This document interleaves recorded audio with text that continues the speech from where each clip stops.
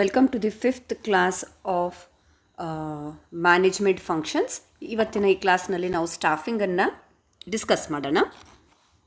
So ಈ ಒಂದು class ಮುಗಿದ ಮೇಲೆ we will be able to identify features, importance and steps relating to staffing function. So ಸಿಬ್ಬಂದಿ ನೇಮಕಾತಿಯ ಗುಣಲಕ್ಷಣಗಳೇನು, ಅದರದ ಮಹತ್ವ ಏನು, ಹಾಗೆ ಅದರಲ್ಲಿ ಯಾವ್ಯಾವ ಸ್ಟೆಪ್ಸ್ಗಳಿವೆ ಅನ್ನೋದನ್ನು ನಾವು ಈ ಸೆಷನ್ನಿಂದ ತಿಳ್ಕೊತೀವಿ. Okay, so coming to the meaning of staffing. Staffing is the process of recruiting, selecting, training, developing and retaining the right people in the right job at the right time. So it ensures that an organization has competent and capable employees to achieve its objectives. Okay, so ಸಿಬ್ಬಂದಿ ನೇಮಕಾತಿ ಅಂತ ಅಂದರೆ ಒಂದು ಸರಿ ವ್ಯಕ್ತಿಯನ್ನು ಸರಿಯಾದ ಹುದ್ದೆಗೆ ಸರಿಯಾದ ಸಮಯದಲ್ಲಿ ನೇಮಿಸುವ ಪ್ರಕ್ರಿಯೆಯಾಗಿದೆ. ಇದರಲ್ಲಿ ನೇಮಕಾತಿ, ಆಯ್ಕೆ, ತರಬೇತಿ, ಅಭಿವೃದ್ಧಿ ಮತ್ತು ಉಳಿಸುವಿಕೆ ಇತ್ಯಾದಿಗಳನ್ನು ಒಳಗೊಂಡಿರುತ್ತದೆ. ಇದು ಸಂಸ್ಥೆಗೆ ಅರ್ಹ ನೌಕರರನ್ನು ಒದಗಿಸಲು ಸಹಾಯ ಮಾಡುತ್ತದೆ. ಓಕೆ, ಸೊ ಸಿಬ್ಬಂದಿಯಲ್ಲಿ ನೇಮಕಾತಿಯಲ್ಲಿ ಕೇವಲ ಸಿಬ್ಬಂದಿಗಳನ್ನು ನೇಮಕಾತಿ ಮಾಡೋದಷ್ಟೇ ಅಲ್ಲ, ಸರಿಯಾದ ವ್ಯಕ್ತಿ ಸರಿಯಾದ ಸ್ಥಾನಕ್ಕೆ ಸರಿಯಾದ ಸಮಯದಲ್ಲಿ ನೇಮಕಾತಿ ಮಾಡೋದು ಇಲ್ಲಿ ತುಂಬ ಮುಖ್ಯವಾಗ್ತದೆ. ಸೊ ಕೆಲವೊಂದು ಡೆಫಿನೇಷನ್ಸನ್ನು ಇಲ್ಲಿ ನೋಡೋಣ. ರೂಟ್ಸ್ ಆ್ಯಂಡ್ ಓಡನೆಲ್ ಅವರು ಒಂದು ಡೆಫಿನೇಷನ್ ಕೊಡ್ತಾರೆ. Staffing is the managerial function of filling and keeping filled the positions. ಅಂದರೆ ಸ್ಟಾಫಿಂಗ್ ಅಂದರೆ ಸಂಸ್ಥೆಯ ಸಂಘಟನಾ ರಚನೆಯೊಳಗಿನ ಹುದ್ದೆಗಳನ್ನು ಭರ್ತಿ ಮಾಡುವ ಹಾಗೂ ಅವುಗಳನ್ನು ನಿರಂತರವಾಗಿ ಕಾಪಾಡುವ ನಿರ್ವಹಣಾ ಕಾರ್ಯವಾಗುತ್ತದೆ. ಅಂದರೆ ಇಲ್ಲಿ ಬರೀ ಕೇವಲ ಖಾಲಿ ಇರುವ ಜಾಗವನ್ನು, ಹುದ್ದೆಯನ್ನು ಭರ್ತಿ ಮಾಡೋದಷ್ಟೇ ಅಲ್ಲ, ಅವು ಯಾವಾಗಲೂ ಖಾಲಿ ಆಗಲಾರ್ದಂಗೆ ನೋಡ್ಕೊಳ್ಳೋದು ಸ್ಟಾಫಿಂಗ್ ಅಂತ ಇವರು ಹೇಳ್ತಾರೆ. ಹಾಗಾದರೆ ಸ್ಟಾಫಿಂಗಲ್ಲಿ ಯಾವ್ಯಾವ ಹಂತಗಳಿವೆ, steps, what are the steps in staffing process? Let us know them one by one. So the first step is manpower planning. So manpower planning, here we are going to estimate human resources needs. So ಮೊದಲನೇ ಹಂತ ಮಾನವ ಸಂಪತ್ತು ಯೋಜನೆ, ಅಂದರೆ ಬೇಕಾಗುವ ನೌಕರರ ಅಂದಾಜು ಮಾಡಬೇಕು. ಸೊ ಯಾವ್ಯಾವ ಸ್ಥಾನಗಳು ಅಥವಾ ಹುದ್ದೆಗಳು ಭರ್ತಿ ಮಾಡೋದಿದೆ, ಎಷ್ಟು ಸ್ಥಾನಗಳನ್ನು ಭರ್ತಿ ಮಾಡಬೇಕು, ಎಷ್ಟು ಮಾನವ ಸಂಪನ್ಮೂಲ ನಮಗೆ ಬೇಕಾಗತ್ತೆ, ಇದು ಸರಿಯಾದ ರೀತಿಯಾಗಿ ನಾವು ಮೊದಲು ಇಲ್ಲಿ ಅಂದಾಜು ಒಂದು ಮಾಡ್ಕೋಬೇಕು. So that is called as man power planning. Estimation ಮಾಡಬೇಕು, ಎಷ್ಟು ನಮಗೆ ಬೇಕಾಗ್ತಾರೆ, ಯಾವ್ಯಾವ ಹಂತದಲ್ಲಿ ಯಾವ್ಯಾವ ಕೆಲಸಕ್ಕೆ ನಮಗೆ ಎಷ್ಟು ಜನ ಬೇಕಾಗ್ತಾರೆ ಅನ್ನೋದನ್ನು estimation. So once manpower planning is done, that is estimation is done, the second step is recruitment, ಅಂದರೆ ನೇಮಕಾತಿ. So recruitment means inviting applications from the candidates. So ಯಾರ್ಯಾರು ಅರ್ಜಿಗಳನ್ನು ಆಹ್ವಾನಿಸೋದು, ಯಾರ್ಯಾರಿಗೆ ಹುದ್ದೆಗೆ ಅಪ್ಲೈ ಮಾಡೋದಿರುತ್ತೆ ಅವ್ರ ಕಡೆಯಿಂದ ಅರ್ಜಿಯನ್ನು ಆಹ್ವಾನಿಸ್ತೇವೆ. ಸೊ ಇದಕ್ಕೆ ಒಂದು ಅಪ್ಲಿಕೇಶನ್ ಫಾರ್ಮ್ ಅನ್ನೋದಿರುತ್ತೆ. ಆ ಅಪ್ಲಿಕೇಶನ್ ಫಾರ್ಮನ್ನು ಅವರು ಭರ್ತಿ ಮಾಡ್ತಾರೆ. ಸೊ ಆ ಅಪ್ಲಿಕೇಶನಲ್ಲಿ ಅವರ ಎಲ್ಲ ವಿವರಗಳು ಇರುತ್ತೆ. ಸೊ ಅದು ವೈಯಕ್ತಿಕ ವಿವರಗಳಿರ್ಬೋದು, personal details, or it is relating to qualification, experience, ಇವನ್ನೆಲ್ಲನೂ ಕೂಡ ಆ ಅಪ್ಲಿಕೇಶನ್ನಲ್ಲಿ ಭರ್ತಿ ಮಾಡಿ ಅದರೊಂದಿಗೆ ಬೇಕಾಗಿರುವ ಡಾಕ್ಯುಮೆಂಟ್ಸನ್ನು ಅಟ್ಯಾಚ್ ಮಾಡಿ candidates will apply for the job. So ಸೂಕ್ತ ದಾಖಲೆಯೊಂದಿಗೆ ಈ ಅರ್ಜಿಯನ್ನು ಹಾಕ್ತಾರೆ. So once this stage is crossed, the third step is selection. ಅಂದರೆ ನಿಮಗೆ ಎಷ್ಟು ಅಪ್ಲಿಕೇಶನ್ಗಳು ಬಂದಿರತ್ತಲ್ಲ, ಅದರಲ್ಲಿ ಸರಿಯಾದ ಕ್ಯಾಂಡಿಡೇಟನ್ನು, ರೈಟ್ ಕ್ಯಾಂಡಿಡೇಟನ್ನು ಚೂಸ್ ಮಾಡೋದು. ಸೊ ಸೂಕ್ತ ಅಭ್ಯರ್ಥಿಯನ್ನು ಆಯ್ಕೆ ಮಾಡೋದು, ಇದು ಸೆಲೆಕ್ಷನ್ ಅಂತ ನಾವು ಕರಿತೀವಿ. ಸೊ ಈಗ ಕಂಪನಿಗೆ ಅಥವಾ ಬಿಸ್ನೆಸ್ ಫರ್ಮಿಗೆ ಯಾವ ಹುದ್ದೆಗೆ ಎಂಥ ವ್ಯಕ್ತಿ ಬೇಕು ಅಥವಾ ಯಾವ ಸ್ಕಿಲ್ಸ್ಗಳು ಇರಬೇಕು ಅನ್ನೋದು ಗೊತ್ತಿರುತ್ತೆ. ಸೊ ಅವ್ರ ಅಪ್ಲಿಕೇಶನ್ಸಲ್ಲಿ ಮೆನ್ಷನ್ ಮಾಡಿರ್ತಾರೆ ಅವ್ರ ಅರ್ಹತೆಗಳೇನು, ಎಕ್ಸ್ಪೀರಿಯನ್ಸ್ ಏನು, ಯಾವ್ಯಾವ ಸ್ಕಿಲ್ ಇದೆ ಅವ್ರ ಹತ್ರ ಅನ್ನೋದನ್ನು. ಸೊ ಇವೆರಡು ಮ್ಯಾಚ್ ಆಗಬೇಕು. ಸೊ ಮ್ಯಾಚ್ ಆಗಿರುವಂಥ ಕ್ಯಾಂಡಿಡೇಟ್ಸನ್ನು ನಾವೇನು ಮಾಡ್ತೀವಿ, ಇಲ್ಲಿ ಸೆಲೆಕ್ಷನ್ ಮಾಡ್ತೀವಿ. ಸೊ ಸೆಲೆಕ್ಷನಲ್ಲಿ ಸಾಕಷ್ಟು ಇಲ್ಲಿ ಟೆಸ್ಟ್ಗಳಿರುತ್ತೆ, ಇಂಟರ್ವ್ಯೂಸ್ಗಳು ತೊಗೊತಾರೆ, ಸಾಕಷ್ಟು ರೌಂಡಿನ ಇಂಟರ್ವ್ಯೂಸ್ಗಳು ತೊಗೊತಾರೆ. ಸೊ ಹಾಗಾಗಿ ಫೈನಲ್ ಆಗಿ ಯಾರು ನಾವು ನಮ್ಮ ಅನ್ಕೊಳ್ಳೋ ರೀತಿಯಲ್ಲಿ ಫುಲ್ಫಿಲ್ ಮಾಡ್ತಾ ಇದ್ದಾರೆ ಎಲ್ಲ ಕಂಡೀಷನ್ಸನ್ನು, ಅಂಥ ಕ್ಯಾಂಡಿಡೇಟ್ಸನ್ನು ನಾವಿಲ್ಲಿ ಆಯ್ಕೆ ಮಾಡ್ಕೊತೀವಿ. ಸೊ ನಾವೆಲ್ಲ ನೋಡ್ತೀವಲ್ಲ, ಯಾವುದೇ ಒಂದು ಜಾಬಿಗೆ ಅಪ್ಲೈ ಮಾಡಿದಾಗ ಬರೀ ಅಪ್ಲಿಕೇಶನ್ ಅಷ್ಟೇ ಇರೋದಿಲ್ಲ, ರಿಟರ್ನ್ ಎಕ್ಸಾಮ್ ಇರುತ್ತೆ, ಇಂಟರ್ವ್ಯೂ ಇರುತ್ತೆ. ಸೊ ಇದೆಲ್ಲ ಸೆಲೆಕ್ಷನ್ ಮಾಡಿಕೊಡೋ ಒಂದು ಪ್ರೊಸೀಜರ್. ಯಾಕಂದರೆ ಆ ಹಂತದಲ್ಲಿ ನಮಗೆ ಗೊತ್ತಾಗೋಗುತ್ತೆ who is the right person or right candidate for the right job. ಅದಕ್ಕಾಗಿ ಇವೆಲ್ಲ ಟೆಸ್ಟ್ಗಳಾಯಿತು, ಇಂಟರ್ವ್ಯೂಗಳಾಯಿತು ನಡೆಯುತ್ತೆ. So once the right candidates are selected, the next step is placement. ಅಂದರೆ ಅಸೈನ್ ಜಾಬ್ ರೆಸ್ಪಾನ್ಸಿಬಿಲಿಟೀಸ್, ಅಂದರೆ ಸ್ಥಾನ ನಿಯೋಜನೆ ಮಾಡಬೇಕು, ಉದ್ಯೋಗವನ್ನು ನಿಯೋಜನೆ ಮಾಡಬೇಕು. ಸೊ ಸೆಲೆಕ್ಷನ್ ಮಾಡಿದ ಮೇಲೆ ಅವ್ರಿಗೆ ಯಾವ ಸ್ಥಾನನ ಕೊಡಬೇಕು. So we need to assign them job and responsibilities, what actual work they have to do, ಅದನ್ನು ನಾವು ಪ್ಲೇಸ್ಮೆಂಟಲ್ಲಿ ಮಾಡ್ತೀವಿ. So once placement is done, ಅಂದರೆ ಅವ್ರಿಗೆ ಯಾವ ಕೆಲಸ ಕೊಡಬೇಕು ಅಂತ ನಿರ್ಧಾರ ಆದ ತಕ್ಷಣ ಅವ್ರು ಡೈರೆಕ್ಟಾಗಿ ನಾವು ಕೆಲಸ ಮಾಡೋದಕ್ಕೆ ಅಲ್ಲಿ ಕೂರ್ಸಕ್ಕೆ ಬರಲ್ಲ. ಬಿಕಾಸ್ ಅವ್ರಿಗೆ ಆ ಜಾಬ್ ಬಗ್ಗೆ ಇನ್ನೂ ಏನೂ ಗೊತ್ತಿರೋದಿಲ್ಲ. ಅವ್ರಿಗೆ ಆ ಸ್ಕಿಲ್ ಇದೆ ಅನ್ನೋದು ಮಾತ್ರ ನಮಗೆ ಗೊತ್ತಿರುತ್ತೆ. ಆದರೆ ಅವರಿಗೆ ಆ ಜಾಬ್ ಆ್ಯಕ್ಚುಲಿ ಯಾವ ಪ್ರೊಸೀಜರಲ್ಲಿ ನಡೆಯುತ್ತೆ ಅನ್ನೋದಕ್ಕೆ ನಾವು ಅವ್ರಿಗೆ ಹೇಳ್ಕೊಡ್ಬೇಕು. ಸೊ ಇದರಲ್ಲಿ 5th ಸ್ಟೆಪ್ ಬರುತ್ತೆ, ದಟ್ ಈಸ್ ಓರಿಯೆಂಟೇಷನ್. ಅಂದರೆ introduction to the organisation. So ಪರಿಚಯ ಕಾರ್ಯಕ್ರಮ, ಸಂಸ್ಥೆಗೆ ಪರಿಚಯ ಮಾಡಿಸೋದು. ಸೊ ಸಂಸ್ಥೆಗೆ ಪರಿಚಯ ಮಾಡಿಸೋದು ಅಂತಂದರೆ ಸಂಸ್ಥೆ ಬಗ್ಗೆ ಅವ್ರಿಗೆ ಫುಲ್ ಇನ್ಫಾರ್ಮೇಷನ್ ಕೊಡೋದು, ಸಂಸ್ಥೆ ಯಾವ ರೀತಿಯ ಕಾರ್ಯವೈಖರಿಯನ್ನು ಫಾಲೋ ಮಾಡುತ್ತೆ ಅನ್ನೋದನ್ನು ಹೇಳೋದು. So what is the procedures, policy ಏನು, what are the objectives of the organisation, ಇವೆಲ್ಲನೂ ಗೊತ್ತಿರಬೇಕು. ಸೊ ಜಸ್ಟ್ ಸಿಂಪಲ್, ಈಗ ನಾವು ಯಾವುದೇ ಒಂದು ಕಾಲೇಜಿಗೆ ಈಗ ನೀವು ಜಾಯ್ನ್ ಆಗಿದ್ರಿ, ಜಾಯ್ನ್ ಆದ ತಕ್ಷಣ ಒಂದು ಕಾಲೇಜಲ್ಲಿ ಫಸ್ಟ್ ಏನು ಮಾಡ್ತಾರೆ, ಓರಿಯೆಂಟೇಷನ್ ಪ್ರೋಗ್ರಾಮ್ ಇಡ್ತಾರೆ. ಸೊ ಆ ಓರಿಯೆಂಟೇಷನ್ ಪ್ರೋಗ್ರಾಮ್ ಯಾಕೆ ಇಡ್ತಾರೆ? So just to introduce to the students all the things about the college. So ಇಲ್ಲಿ ಲೈಬ್ರರಿ ಫೆಸಿಲಿಟಿ ಹೇಗಿರುತ್ತೆ, ಅಥವಾ ಟೆಸ್ಟ್ ಯಾವ ರೀತಿ ತೊಗೊತಾರೆ, what are the various cells in the college, what activities will be conducted by the college, so what are the rules or code of conduct of the college, uniform ಯಾವ ರೀತಿ, ಎಷ್ಟು ಗಂಟೆಗೆ ಬರಬೇಕು, ಏನು ಆ್ಯಕ್ಷನ್ಸ್ ತೊಗೊತಾರೆ, ಯಾವ್ಯಾವುದು ಇಲ್ಲಿ ಸೆಲ್ಸ್ಗಳಿರುತ್ತೆ, ಏನೇನು ಕಾರ್ಯಕ್ರಮ ಅದರ ಅಡಿಯಲ್ಲಿ ನಡೆಯುತ್ತೆ, ಏನು ಸ್ಕಾಲರ್ಶಿಪ್ ಸಿಗುತ್ತೆ. ಸೊ ಇವೆಲ್ಲ ಡೀಟೇಲ್ಸ್ ಕಾಲೇಜ್ ಬಗ್ಗೆ ಏನಿದೆ ಓರಿಯೆಂಟೇಷನಲ್ಲಿ ಕೊಡ್ತಾರೆ. ಸೊ ಅದೇ ರೀತಿ ಕಂಪನೀಸ್ಗೆ ಹೊಸದಾಗಿ ಜಾಯ್ನ್ ಆಗಿರುವಂಥ ಎಂಪ್ಲಾಯೀಸ್ಗೂ ಕೂಡ ಇಲ್ಲಿ ಓರಿಯೆಂಟೇಷನಿನ ಅವಶ್ಯಕತೆ ಇರುತ್ತೆ. Because they will not be knowing anything about the college, that is anything about the company or the institution. So ಅವರಿಗೆ ಇನ್ಸ್ಟಿಟ್ಯೂಷನ್ ಬಗ್ಗೆ ಒಂದು ಪರಿಚಯ ಸಿಗಬೇಕು. They should get the full knowledge about the company in which they are about to work. So ಒಂದ್ಸತಿ orientation ಮುಗೀತು, company ಬಗ್ಗೆ ಅವ್ರಿಗೆ details ಗೊತ್ತಾಯಿತು ಅಂತಂದರೆ the next one is training and development. ಅಂದರೆ ತರಬೇತಿ ಕೊಡೋದು, ತರಬೇತಿ ಮತ್ತು ಅಭಿವೃದ್ಧಿ, ಇದರಲ್ಲಿ ಕೌಶಲ್ಯಗಳ ಅಭಿವೃದ್ಧಿ ಇರುತ್ತೆ. ಸೊ ನೋಡಿ, ಓರಿಯೆಂಟೇಷನ್ ಏನು ಮಾಡುತ್ತೆ, ಕಂಪ್ನಿ ಬಗ್ಗೆ ಪರಿಚಯ ಮಾಡಿಕೊಡುತ್ತೆ.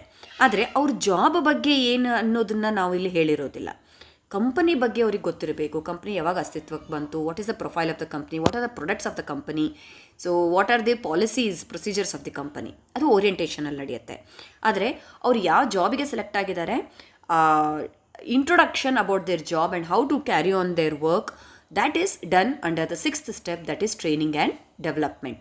ಸೊ ಟ್ರೈನಿಂಗ್ ಆ್ಯಂಡ್ ಡೆವಲಪ್ಮೆಂಟಲ್ಲಿ ಕಂಪ್ಲೀಟ್ಲಿ ಅವ್ರು ಯಾವ ಪ್ಲೇಸಿಗೆ ಅಪಾಯಿಂಟ್ ಆಗಿದ್ದಾರೆ, ಯಾವ ಜಾಬಿಗೆ ಅಪಾಯಿಂಟ್ ಆಗಿದ್ದಾರೆ, ಯಾವ ವರ್ಕ್ ಮಾಡೋದಕ್ಕೆ ಅವ್ರಿಗೆ ಅಸೈನ್ ಮಾಡಿದ್ದೀರಿ, ಆ ರೆಸ್ಪಾನ್ಸಿಬಿಲಿಟೀಸ್ ಎಲ್ಲ ಅದರ ಬಗ್ಗೆ ಟ್ರೈನಿಂಗ್ ಕೊಡುತ್ತೆ. ಓಕೆ, ಸೊ ಸ್ಕಿಲ್ಸ್ ಮೇಲೆ ಕಾನ್ಸಂಟ್ರೇಟ್ ಮಾಡುತ್ತೆ. So once skill building is done, next is performance appraisal. ಅಂದರೆ ಅವ್ರ ಕೆಲಸನ ಇವ್ಯಾಲ್ಯೂಯೇಟ್ ಮಾಡೋದು.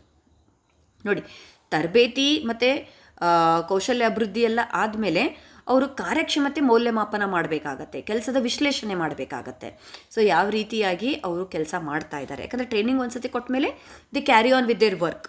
ಸೊ ನೀವು ಟ್ರೈನಿಂಗ್ ಕೊಟ್ಟ ಮೇಲೆ ಅವ್ರು ಯಾವ ರೀತಿ ತಮ್ಮ ಕೆಲಸನ ಸರಿಯಾದ ರೀತಿಯಲ್ಲಿ ಮಾಡ್ತಾ ಇದ್ದಾರೆ, ಅಥವಾ ಎಲ್ಲಿ ಇನ್ನೂ ಅವ್ರ ಟ್ರೈನಿಂಗ್ ಅಗತ್ಯ ಇದೆ, ಸೊ ಇನ್ನೂ ಎಷ್ಟು ಇಂಪ್ರೂವ್ ಆಗಬೇಕು, ಅಥವಾ ಅಂದ್ಕೊಂಡಿದ್ದಕ್ಕಿಂತನೂ ಚೆನ್ನಾಗಿ ಪರ್ಫಾರ್ಮೆನ್ಸ್ ಇದೆಯಾ, ಇವನ್ನೆಲ್ಲ ನಾವು ಇವ್ಯಾಲ್ಯೂಯೇಟ್ ಮಾಡಬೇಕಾಗತ್ತೆ.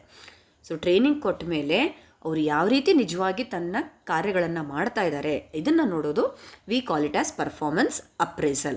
So evaluation of the work done after taking training and development programmes. Okay, so ಒಂದ್ಸತಿ ಪರ್ಫಾರ್ಮೆನ್ಸ್ ಅಪ್ರೈಸಲ್ ಆಯಿತು ಅಂತಂದರೆ ಆ ವ್ಯಕ್ತಿ ಸರಿಯಾದ ಕ್ಯಾಂಡಿಡೇಟ್ ಹೌದೋ ಅಲ್ವೋ, ಅಥವಾ ಇನ್ನೂ ಸ್ವಲ್ಪ ಟ್ರೈನಿಂಗ್ ಅವಶ್ಯಕತೆ ಇದೆಯಾ, ಏನಾದರೂ ಚೇಂಜಸ್ ಮಾಡೋ ಅವಶ್ಯಕತೆ ಇದೆಯಾ, ಇದನ್ನೆಲ್ಲ ನಮಗೆ ಗೊತ್ತಾಗುತ್ತೆ. ಇದು ಯಾಕೆ ನಮ್ಗೆ ಯೂಸ್ ಆಗುತ್ತೆ for the 8th step, that is promotion and career planning. Okay, promotion ಅಂದರೆ ದರ್ಜೆವರ್ಧನೆ ಅಂತ ಹೇಳ್ತೀವಿ ನಾವು, ಮತ್ತು ವೃತ್ತಿಪರ ಯೋಜನೆ ಮಾಡೋದಕ್ಕೆ. ಸೊ ಆ ಟ್ರೈನಿಂಗ್ ಕೊಟ್ಟ ಮೇಲೆ the way he is performing ಅದನ್ನು ನೋಡಿ ನೀವು ವಿಶ್ಲೇಷಣೆ ಮಾಡ್ಬೋದು, ಯಾವ ಕೆಲಸನ ಅವ್ನು ತುಂಬ ಚೆನ್ನಾಗಿ ಮಾಡ್ತಾ ಇದ್ದಾನೆ, ಯಾವುದ್ರಲ್ಲಿ ಅವ್ನು ಒಳ್ಳೇದಿದ್ದಾನೆ, ಅದಕ್ಕೆ ಅವ್ನು ಪ್ರಮೋಟ್ ಮಾಡೋದು. So if the work performance is really good, then you are going to give him promotions, may be in the form of positions, incentives, salary package, ಇವನ್ನೆಲ್ಲ ಫಿಕ್ಸ್ ಮಾಡೋದಕ್ಕೆ ನಾವು ಪರ್ಫಾರ್ಮೆನ್ಸ್ ಅಪ್ರೈಸಲ್ನ ಯೂಸ್ ಮಾಡಿರ್ತೀವಿ. So performance appraisal every year ನಡೆಯೋದೇ ಈ ಉದ್ದೇಶಕ್ಕಾಗಿ. Okay, then once this is done, compensation and retention ಅಂದರೆ ಪರಿಶ್ರಮ ಭತ್ಯೆ ಮತ್ತು ನೌಕರರ ಉಳಿಸುವಿಕೆ. ಸೊ ನೋಡಿ, ಪರ್ಫಾರ್ಮೆನ್ಸ್ ಅಪ್ರೈಸಲಿಂದ ನೀವು ಪ್ರಮೋಷನ್ ಯಾರಿಗೆ ಕೊಡಬೇಕು ಅನ್ನೋದನ್ನು ಅಷ್ಟೇ ಅಲ್ಲ, ಯಾರಿಗೆ ನೀವು ಚೆನ್ನಾಗಿ ಪರ್ಫಾರ್ಮ್ ಮಾಡಿದ್ದಕ್ಕೆ ಇನ್ಸೆಂಟಿವ್ ಕೊಡಬೇಕು ಅಥವಾ ಕಾಂಪನ್ಸೇಷನ್ ಕೊಡಬೇಕು, ಯಾರನ್ನು ಉಳಿಸ್ಕೋಬೇಕು, ರಿಟೆನ್ಷನ್. ಸೊ ಇವನ್ನೆಲ್ಲ ಸಹಾಯ ಮಾಡೋದು ಪರ್ಫಾರ್ಮೆನ್ಸ್ ಅಪ್ರೈಸಲ್. ಸೊ ಎಲ್ಲದು if you find there are right candidate is the person is not working up to the mark, ಅವನಿಗೆ ಇನ್ನೊಂದು ಸತಿ ಟ್ರೈನಿಂಗಿನ ಅವಶ್ಯಕತೆ ಬೀಳ್ಬೋದು. ಸೊ ಟ್ರೈನಿಂಗಿನ ಅವಶ್ಯಕತೆ ಬಿದ್ದಾಗ again you are going to send him to the training and then again going to check his performance. If at all the person is not up to the mark, then we will be taking other steps. Okay, so retain ಮಾಡಬೇಕು ಮಾಡಬಾರ್ದು ಅನ್ನೋ ಸ್ಟೆಪ್ಸಲ್ಲೂ ಕೂಡ ನಾವು ಯೋಚನೆ ಮಾಡಬೇಕಾಗತ್ತೆ. So performance appraisal is very very important in staffing process. Okay, so ಈ 9 ಹಂತಗಳನ್ನು ನಾವು ಸ್ಟಾಫಿಂಗ್ ಪ್ರೊಸೆಸ್ಸಲ್ಲಿ ನೋಡಬಹುದು. ಓಕೆ, ನಾವು moving to the importance of staffing. ಯಾಕೆ ಸ್ಟಾಫಿಂಗ್ ಒಂದು ಇಂಪಾರ್ಟೆಂಟ್ ಮ್ಯಾನೇಜ್ಮೆಂಟ್ ಫಂಕ್ಷನ್ ಆಗುತ್ತೆ? So the first one is it ensures right person for right job. ಅಂದರೆ ಸರಿಯಾದ ಕೆಲಸಕ್ಕೆ ಸರಿ ವ್ಯಕ್ತಿ ಒದಗಿಸಲು ಈ ಸ್ಟಾಫಿಂಗ್ ಪ್ರೊಸೆಸ್ ನಮಗೆ ಸಹಕಾರಿಯಾಗತ್ತೆ. ಸೊ ನೋಡಿ, ಒಂದೊಂದು ಸತಿ ಏನಾಗುತ್ತೆ, ವ್ಯಕ್ತಿ ಸರಿಯಾಗಿರ್ತಾನೆ, ಆದರೆ ಅವನಿಗೆ ವಹಿಸುವ ಕೆಲಸಗಳು ಅವನಿಗೆ ಸೂಟ್ ಆಗಿರೋದಿಲ್ಲ, ಅಥವಾ ಅವೆರಡು ತನ್ನ ಪಾಡಿಗೆ ತಾವು ಚೆನ್ನಾಗೇ ಇರುತ್ತೆ, ಆದರೆ ಆ ಕಾಂಬಿನೇಷನ್ ಸರಿ ಇರೋದಿಲ್ಲ. ಕೆಲವೊಂದು ವ್ಯಕ್ತಿ ಕೆಲವು ಕೆಲಸಗಳನ್ನು ಮಾಡೋದಕ್ಕೆ ಪರಿಣಿತರಿರ್ತಾರೆ, ಅಂಥವ್ರಿಗೆ ಅಂಥದ್ದೇ ಕೆಲಸ ಕೊಡಬೇಕು. So if somebody is good in accounts, then he should allow him to handle the accounts. So ಯಾವ ವ್ಯಕ್ತಿ ಯಾವ ಕೆಲಸ ಮಾಡೋದಕ್ಕೆ ಸೂಟಬಲ್ ಇದ್ದಾನೋ ಅವನಿಗೆ ಆ ಕೆಲಸನ ಕೊಡೋ ಹಾಗೆ ಮಾಡೋದಕ್ಕೆ ಸ್ಟಾಫಿಂಗ್ ಪ್ರೊಸೆಸ್ ನಮಗೆ ಹೆಲ್ಪ್ ಮಾಡುತ್ತೆ. Okay, then it improves productivity and efficiency. ಅಂದರೆ ಉತ್ಪಾದಕತೆ ಮತ್ತು ಕಾರ್ಯಕ್ಷಮತೆ ಹೆಚ್ಚಿಸಲು ಕೂಡ ಸ್ಟಾಫಿಂಗ್ ತುಂಬ ಮಹತ್ವದ ರೋಲನ್ನು ಪ್ಲೇ ಮಾಡುತ್ತೆ. ಸೊ ನೋಡಿ, ಈಗ right person for the right job ಇದ್ದಾನೆ ಅಂತಂದರೆ ಆಟೋಮೆಟಿಕ್ಕಾಗಿ ಅವನು ಕೆಲಸ ಮಾಡೋ ಕ್ಷಮತೆ ಹೆಚ್ಚಾಗುತ್ತೆ. ಆ ವ್ಯಕ್ತಿ ಆ ಕೆಲಸ ಮಾಡೋದಕ್ಕೆ ಸರಿ ಇಲ್ಲ ಅಂದಾಗ ಆ ಕೆಲಸನ ನೀವು ಕೊಟ್ಟರೆ ಅವ್ರು ಸರಿಯಾದ ರೀತಿಯಲ್ಲಿ ಅದನ್ನು ಮಾಡಲ್ಲ, because he is interest is somewhere else. So ಬೇರೆ ಕೆಲಸನ ಮಾಡೋದಕ್ಕೆ ಅವ್ನು ಸೂಟೇಬಲ್ ಇದ್ದಾನೆ, ಅವ್ನಿಗೆ ಇಂಟ್ರೆಸ್ಟ್ ಇದೆ, ಅವ್ನಿಗೆ ಸ್ಕಿಲ್ ಇದೆ, ಆದರೆ ಅದನ್ನು ಬಿಟ್ಟು ನಾವು ಅವ್ನು ಬೇರೆ ಕೆಲಸ ಕೊಡಿದಾಗ ಡೆಫಿನೆಟ್ಲಿ ಏನಾಗುತ್ತೆ, ಪ್ರೊಡಕ್ಟಿವಿಟಿ ಕಮ್ಮಿ ಆಗುತ್ತೆ. ಸೊ ಹಾಗಾಗಿ staffing help us to identify this and improve the productivity of the candidates. Then next is builds a strong workforce. ನೋಡಿ, ಬಲಿಷ್ಠ ನೌಕರ ಸಂಸ್ಕೃತಿಯ ನಿರ್ಮಾಣಕ್ಕೆ ಸ್ಟಾಫಿಂಗ್ ತುಂಬ ಸಹಾಯ ಮಾಡುತ್ತೆ. ಯಾಕಂತಂದರೆ ಸರಿಯಾದ ವ್ಯಕ್ತಿ, ಅವ್ನಿಗೆ ಇಂಟ್ರೆಸ್ಟ್ ಇರೋ ಕೆಲಸನ ನೀವು ಕೊಡ್ತಾ ಇದ್ದೀರಿ, ಅವ್ನ ಪ್ರೊಡಕ್ಟಿವಿಟಿ ಹೆಚ್ಚಾಗ್ತಾ ಇದೆ. ಸೊ ವರ್ಕ್ ಫೋರ್ಸ್ ನಿಮ್ಮಲ್ಲಿ ಏನಿದೆ ಅದು ತುಂಬ ಸ್ಟ್ರಾಂಗ್ ಆಗಿ ಬಿಲ್ಡ್ ಆಗುತ್ತೆ, because they are giving complete dedication, interest to the work they are doing.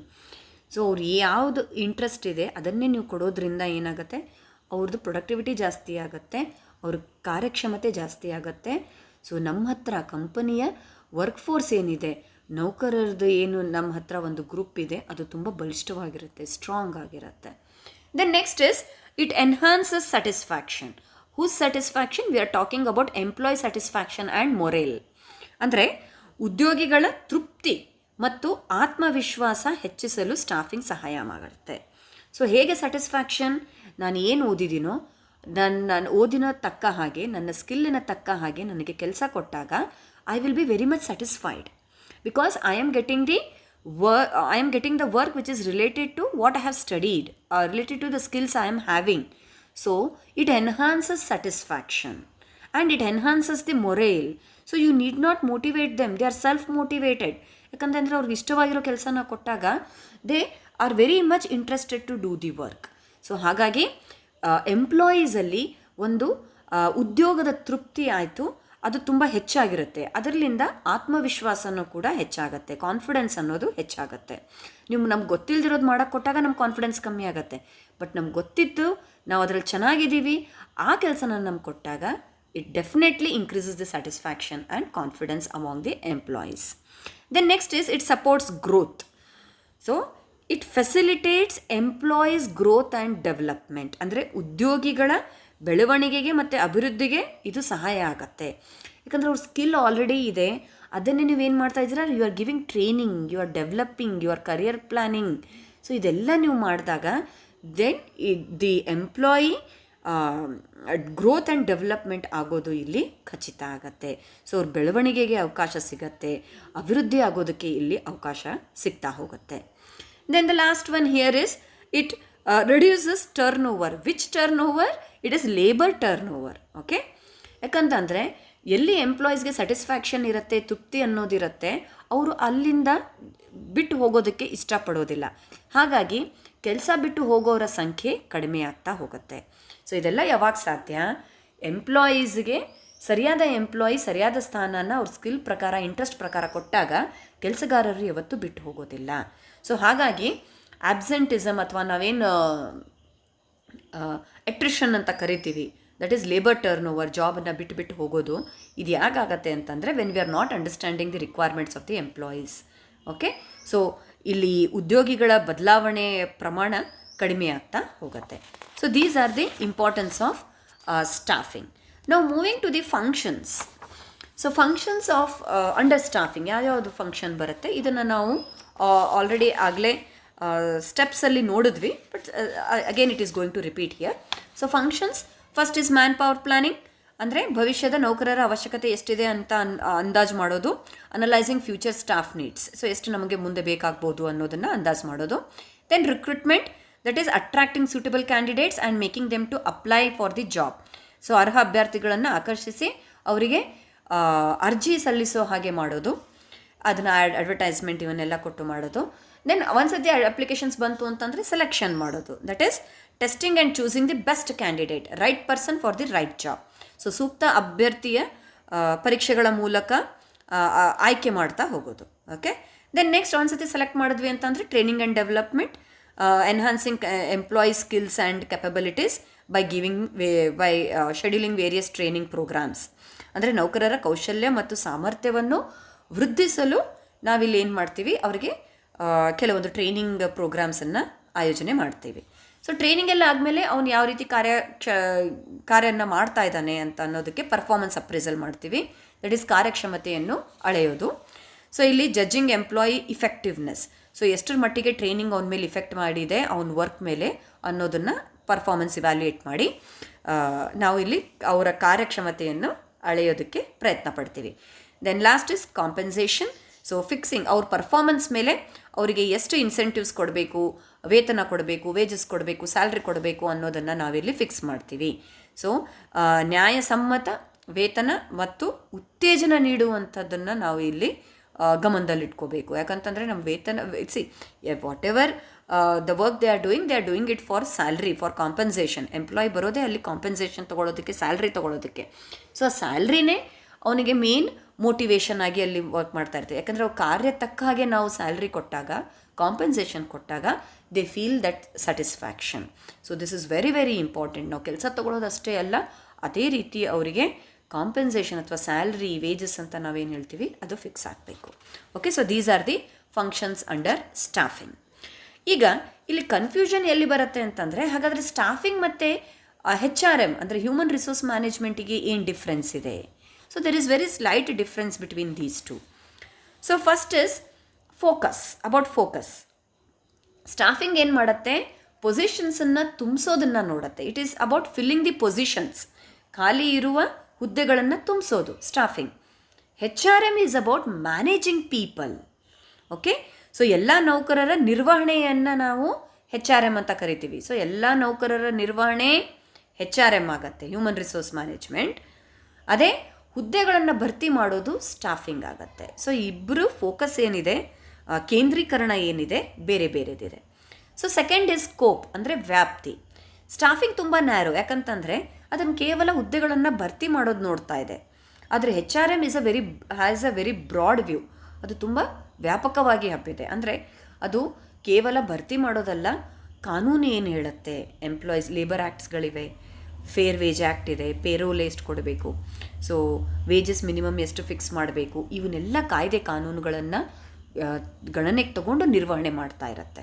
Okay, so ಅದಕ್ಕಾಗಿ ಅದರ ವ್ಯಾಪ್ತಿ ತುಂಬ ವ್ಯಾಪಕವಾಗಿರುತ್ತೆ.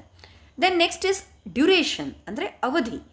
Staffing is a very short term, ಅಂದರೆ ಯಾವಾಗ ವೇಕೆನ್ಸಿ ಬರುತ್ತೆ, ಹುದ್ದೆಗಳು ಖಾಲಿ ಇರುತ್ತೆ, ಆವಾಗ ಅಷ್ಟೇ ಈ ಫಂಕ್ಷನನ್ನು ನಾವು ಕೈ ತೊಗೊತೀವಿ. ಸೊ ಎಲ್ಲ ಹುದ್ದೆಗಳು ಒಂದು ಸತಿ ತುಂಬೋಯ್ತು ಅಂತಂದರೆ, ಪ್ಲೇಸ್ಮೆಂಟ್ ಎಲ್ಲ ಆಗೋಯ್ತು ಅಂತಂದರೆ ಸ್ಟಾಫಿಂಗ್ ಫರ್ದರ್ ಮತ್ತೆ ನಡೆಯಲ್ಲ. ಆದರೆ HRM ಆ ರೀತಿ ಅಲ್ಲ, ಅದು ತುಂಬ ದೀರ್ಘಕಾಲದ್ದು. ಅಂದರೆ ಅದು ಸದಾ ನಡೀತಾ ಇರುತ್ತೆ. It is a long term function. ಒಂದು ಸತಿ ಸ್ಟಾಫಿಂಗಿಂದ ಶುರು ಆಗುತ್ತೆ, ಆದರೆ ಅದು ನಿರಂತರವಾಗಿ ನಡೀತಾ ಇರುತ್ತೆ. ಯಾಕಂತಂದರೆ ಅವ್ರಿಗೆ ಯಾವ ರೀತಿ ವೇಜಸ್ ಕೊಡಬೇಕು, ಹೇಗೆ ಫಿಕ್ಸ್ ಮಾಡಬೇಕು, conditions, working conditions, labour act ಏನು ಹೇಳುತ್ತೆ, ಕೆಲವರು ಬರ್ತಿರ್ತಾರೆ, ಹೋಗ್ತಿರ್ತಾರೆ, ಜಾಯ್ನ್ ಆಗ್ತಾರೆ, ಹೊಸಬ್ರು ಬಿಟ್ಟು ಹೋಗ್ತಿರ್ತಾರೆ, ಇವೆಲ್ಲನೂ ಕೂಡ ನಿರ್ವಹಣೆ ಮಾಡೋದು HRM. So human resource management is a very broad concept and staffing is just a part of HRM. So HRMನ ಕೇವಲ ಒಂದು ಸಣ್ಣ ಭಾಗ ಅಂತ ನಾವು ಇಲ್ಲಿ ಹೇಳ್ಬೋದು. Okay, so these are the differences between staffing and human resource management. So ಇವತ್ತಿನ ಕ್ಲಾಸಲ್ಲಿ ನಾವು ಏನು ಕಲ್ತ್ವಿ? So staffing is a vital function that builds human capital of an organization. It ensures that the workforce is skilled, motivated, and aligned with the company's goals. A company is only as good as the people it employs. Company ಹೇಗಿರುತ್ತೆ, ಅದರ ನೌಕರರು ಹೇಗಿರ್ತಾರೆ, company ಹಾಗಿರುತ್ತೆ. So ಸಿಬ್ಬಂದಿ ನೇಮಕಾತಿ ಸಂಸ್ಥೆಯ ಮಾನವ ಸಂಪತ್ತನ್ನು ರೂಪಿಸುವ ಪ್ರಮುಖ ಕಾರ್ಯವಾಗಿದೆ. ಇದು ನೌಕರರು ಅರ್ಹರಾಗಿರಲೆಂದು ನೋಡಿಕೊಳ್ಳೋದಷ್ಟೇ ಅಲ್ಲ, ಮತ್ತು ಸಂಸ್ಥೆಯ ಗುರಿಗಳೊಂದಿಗೆ ಹೊಂದಾಣಿಕೆಯಾಗುವಂತೆ ಕೆಲಸ ಮಾಡೋದು. ಯಾವುದೇ ಸಂಸ್ಥೆಯ ಯಶಸ್ಸು ಅದರ ನೌಕರರ ಮೇಲೆ ಅವಲಂಬಿತವಾಗಿರುತ್ತೆ. ಸೊ ಹಾಗಾಗಿ ಯಾವುದೇ ಸಂಸ್ಥೆಯ ಯಶಸ್ಸಿಗೆ ಸ್ಟಾಫಿಂಗ್, ಸಿಬ್ಬಂದಿ ನೇಮಕಾತಿ ತುಂಬ ಅಗತ್ಯ. ಯಾಕಂತಂದರೆ ಏನೇ ಕೆಲಸ ಇದ್ರೂ ಅದನ್ನು ಮಾಡೋದು ಅದರ ಸಿಬ್ಬಂದಿನೇ. ಹಾಗಾಗಿ staffing place a very very important role for the success of the company. Okay, so this is about staffing. In the next class we will take up the next function. Thank you.